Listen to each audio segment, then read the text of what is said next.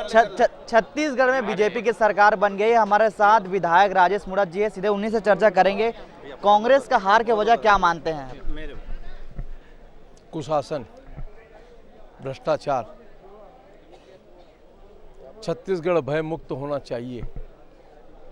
छत्तीसगढ़ की जनता को आम सुविधा का लाभ मिलना चाहिए और इसीलिए छत्तीसगढ़ की सरकार ने डबल इंजन की सरकार को अपना अभिमत दिया और भविष्य में तरक्की के साथ में छत्तीसगढ़ आगे पहुँचे, उसके लिए जनता ने हमें मैंडेट दिया, हम काम करेंगे। बीजेपी के कौन सा घोषणा पत्र जो वादे काम कर गए?